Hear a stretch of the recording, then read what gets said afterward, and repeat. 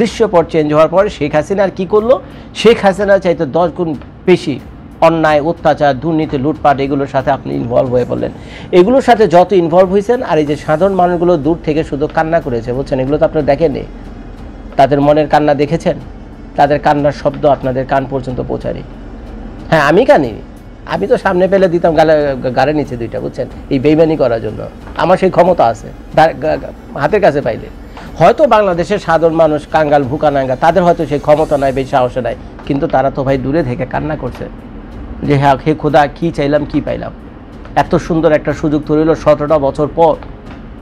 কত সুন্দর একটা গণতান্ত্রিক রাষ্ট্র আমরা গঠন করতে পারতাম, দুর্নীতিমুক্ত একটা রাষ্ট্র গঠন করতে পারতাম, ল এনফোর্সমেন্টকে ঠিকঠাক করতে পারতাম। বাংলাদেশ কত সম্ভাবনার একটা দেশ, কিচ্ছু করিনি। যেই একমাত্র শেখ হাসিনা গেছে, তারপরের দিন থেকে আপনারা যেভাবে লুটপাট, যেমনি যে জায়গা থেকে পারছে সেগুলো আপনি করছেন। এখন লন্ডনে গিয়ে জুতা পিঠা খান, আমেরিকায় গিয়ে জুতা পিঠা খান। কই যাবেন আপনারা? কই যাবেন? একটা জায়গার উদাহরণ দেন তো। ইভেন বাংলাদেশেও আপনারা খাইতেছে।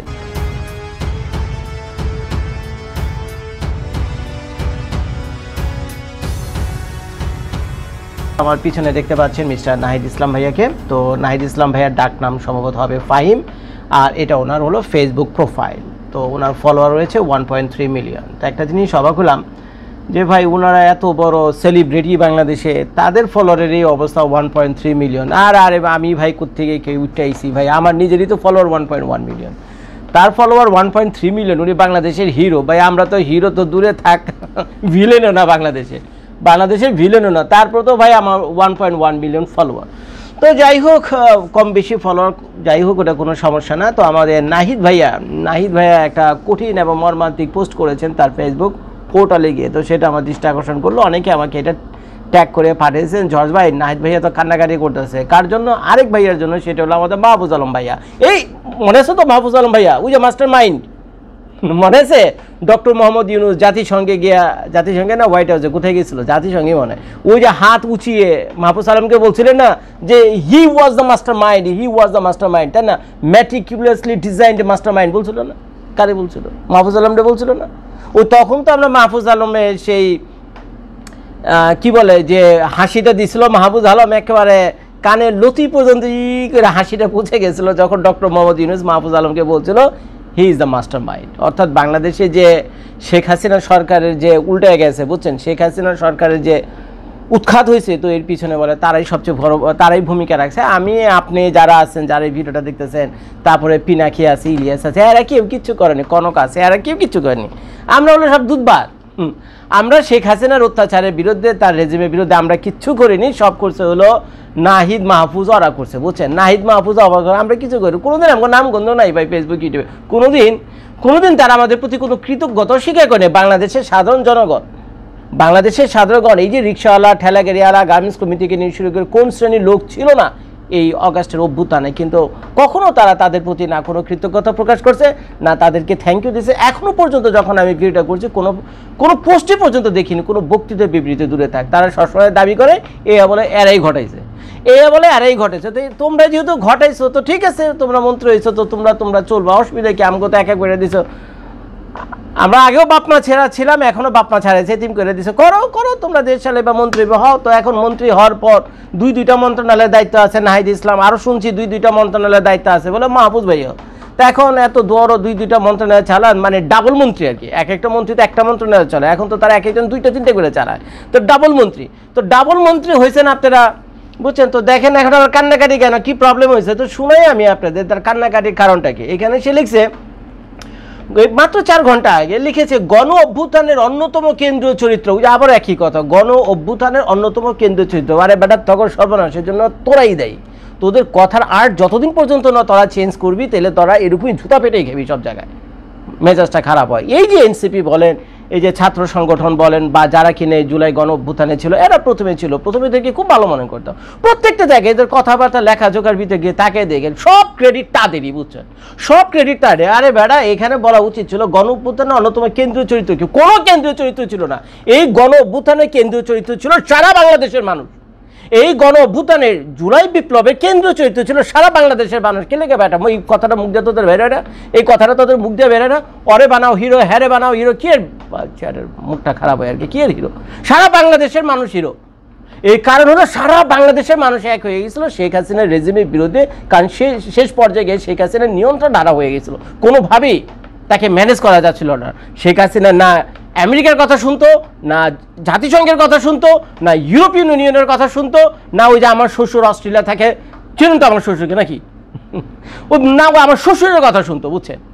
তো এই বেপরোয়া হয়ে গেছিল শেখ হাসিনা এবং তার অত্যাচার আমরা অতিষ্ঠ হয়ে গেছিলাম। ভোটাধিকার ছিল না, বাংলাদেশের আনএমপ্লয়মেন্ট ক্রাইসিস চরম পর্যায়ে, কাম নাই, কাজ নাই, ভাত নাই, খাওয়ান নাই, জিনিসপত্রের দামের মানে সীমাহীন অবস্থা। তো নানান কারণে আমরা অত্যন্ত ত্যক্ত বিরক্ত হয়ে আমাদের অস্তিত্ব বাঁচানোর জন্য আমরা শেখ হাসিনার বিরুদ্ধে লড়তে এসেছিলাম। আর তোমরা বানাইছো কেন্দ্রীয় চরিত্র, মাস্টার মাইন্ড, হেই বানাইছো তোমরা। তো এর লেগে তো জুতা পিড়া খাইতেছো। দেখো না বাকিটা পড়ি, মেজাজটা খারাপ হওয়ার কারণ আছে, বুঝছেন, বাকিটা পড়ি বুঝবেন।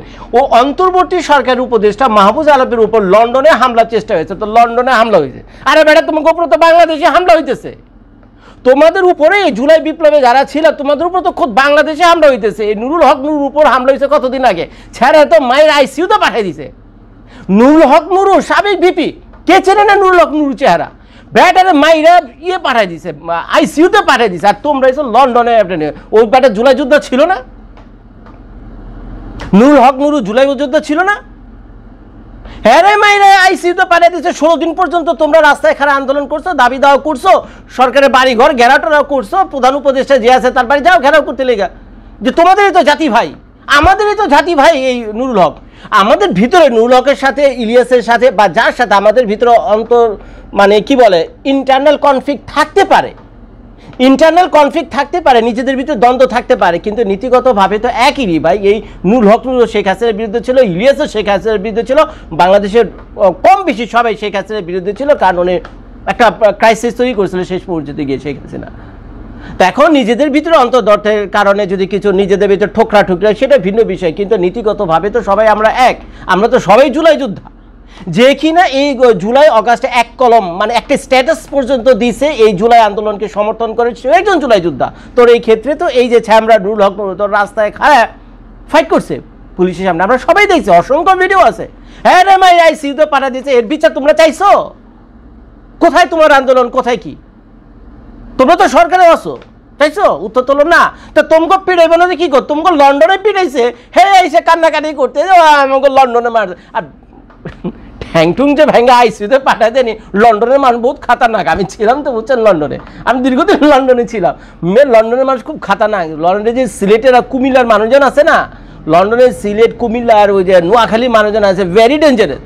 মায়েরা যে আইসিইউতে পাঠা দেনি, এই শুকুর আলহামদুলিল্লাহ করো। তো সেটা বলতেছে যে এর আগে আমেরিকায় হামলা অপদস্থ করার চেষ্টা করা হয়েছে, তো আমেরিকা তো তার উপরে অ্যাটাক করা হয়েছে, তো ভালো কথা। বারবার মাহফুজ আলমের উপর আওয়ামী ফ্যাসিস্টের হামলা, কারণ মাহফুজ আলমই টার্গেট। আরে ভাই, আওয়ামী ফ্যাসিস্টে যদি হামলা করতোই আর আওয়ামী ফ্যাসিস্টে যদি কিছু করার থাকতোই, তাহলে যখন আওয়ামী লীগের সরকার শেখ হাসিনা ক্ষমতা ছিল তখনই করতে পারতো।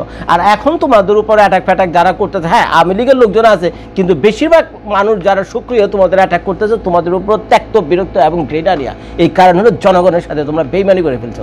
তোমাদের তো সরকারে যাওয়ার কথা ছিল না, এই আন্দোলনের পর রাজপথে থেকে মানুষের অধিকার আন্দোলনের জন্য তোমাদের লড়াই করার কথা ছিল এবং পুরো সিস্টেমটাকে ঢেলে সাজানোর কথা ছিল। আর তোমরা তো ক্ষমতার লোভে এক একজন 2টা 4টা করে ডিপার্টমেন্ট নিয়ে গিয়ে সরকারে বসছো, তারপর সমানে লুটপাট চালাইতেছো। প্রত্যেকটা দিন শালায় পত্রপত্রিকা খুললে তোমাদের বিরুদ্ধে অভাব অভিযোগ, কোনো শালার বিচার হয়নি।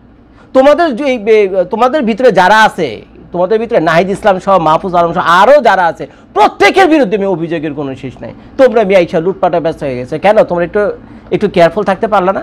তোমরা একটু কেয়ারফুল থাকতে পারলা না যে তোমাদের উপর যাতে তকমা লাগে না লাগে? শেখ হাসিনা করাপ্টেড ছিল, পয়সার লোভ ছিল, লুটপাট করছে, আমরা একে বিদায় করছি, তো তোমাকে নিয়েছে, তো তুমি তো একই কাম করতেছো, তার চেয়ে বেশি করতেছো। তো তুমি একটাবার ভাবো না এরকম জুতা পেটা লাঠি পেটা এগুলো তোমরা খাইবা, তোমাদের উপরে ডিম উড়ায় মারবে তোমরা? এটা তো বাংলাদেশের জনগণ, মানুষ এত বোকাচোদা ভাবার কোনো কারণ নাই। তো তোমাদের উপরে এটা তোমরা বুঝুনি?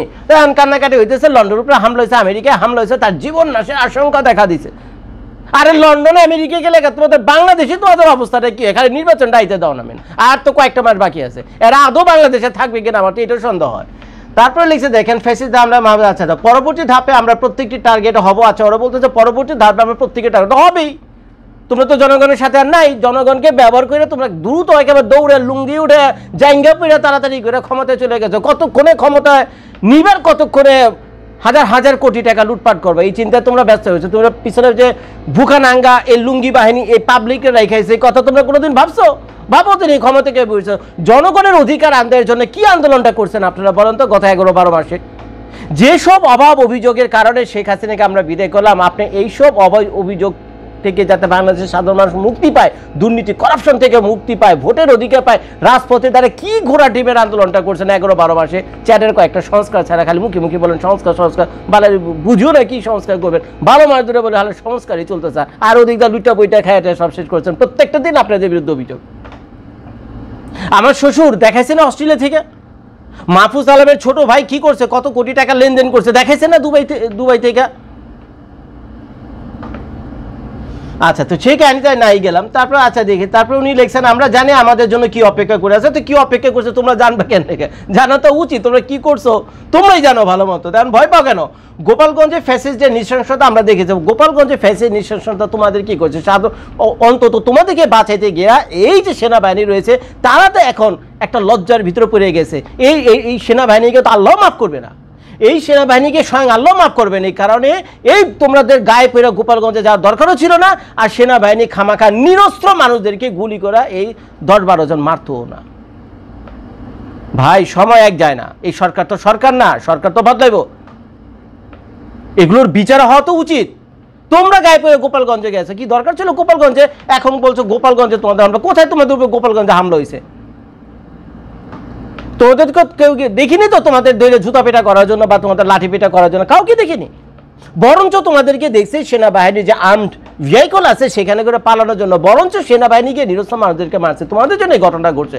এখন এসে কান্নাকাটি করতেছ, এখন মাহফুজ আলমের উপর লন্ডনে আমেরিকা হামলা হইতেছে, তারপরে হে হয়েছে সে হয়েছে, দুদিন পর ভাই হামলা হইব, আমরা ভাই এখন লন্ডনে যাইতে পারতেছি না, ভাই আমরা আমেরিকা যাইতে পারতেছি না, আমরা দুবাই যাইতে পারতেছি না, দুবাই তো ওদিকে আরো বাংলাদেশি গ্যাং রয়ে গেছে ওখানে, সৌদি আরবে যার মতো কোনো অবস্থা নাই, সৌদি আরবে তো আরো কাহিনী আছে, ভারতে তো যাইতে দিবই না, ভারতের অবস্থা খুব খারাপ, যাইবোটা কই?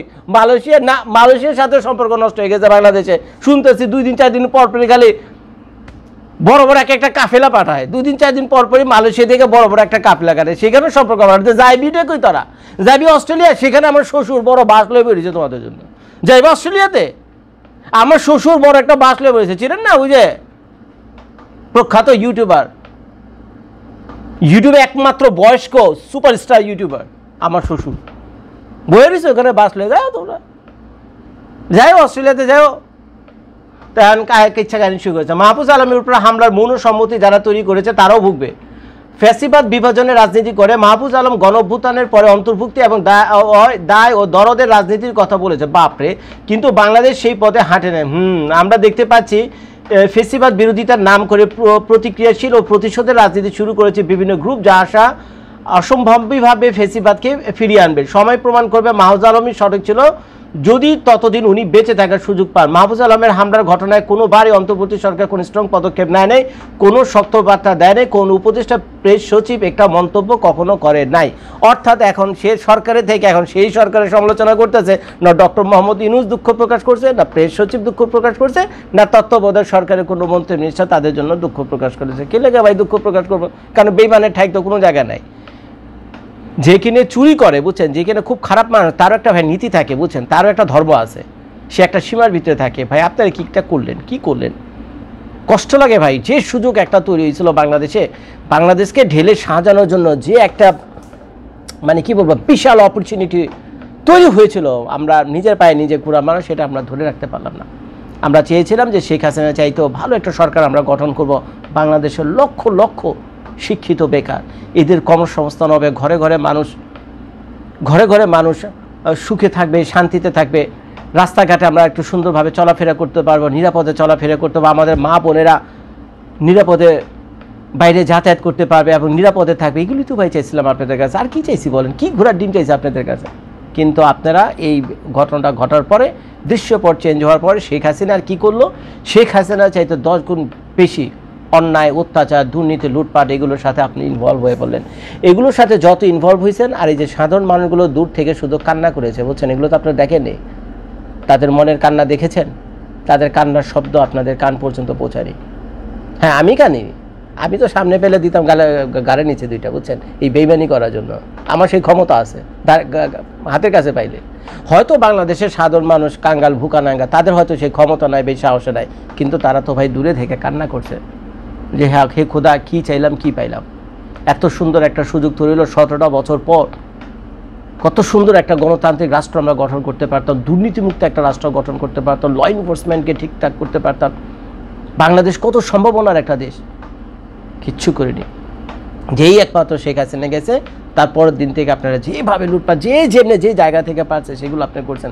এখন লন্ডনে গিয়ে জুতা পিঠা খান, আমেরিকায় গিয়ে জুতা পিঠা খান, কই যাবেন আপনারা, কই যাবেন? একটা জায়গার উদাহরণ দেন তো। ইভেন বাংলাদেশেও আপনারা খাইতেছেন, ইভেন বাংলাদেশেও এখন তো খাইতেছেন, 2 দিন পর তো এটা কি যে অবস্থা হইব আপনাদের আল্লাহ মাহবুব জানেন। আমি প্রায় ভিডিও তো বলি না, শেখ হাসিনা তো তাও ইন্ডিয়া গিয়ে পালায় বাঁচছে। শেখ হাসিনা এবং আওয়ামী লীগের লোকজন ইন্ডিয়ায় গিয়ে পালাইছে, কারণ ইন্ডিয়া তাদের বন্ধু ছিল। আপনাদের বন্ধুটা কি বলেন তো? কোন দেশ আপনাদের বন্ধু? কি আপনাদেরকে আশ্রয় দেবে? আপনারা বাংলাদেশের মানুষের সাথে বেইমানি করে ফেলাইছেন, বাংলাদেশের মানুষের সাথে বেইমানি করেছেন। খুব কষ্ট থেকে কথাটা বললাম। ভিডিওটা দেখার জন্য সবাইকে ধন্যবাদ। আসসালামু আলাইকুম।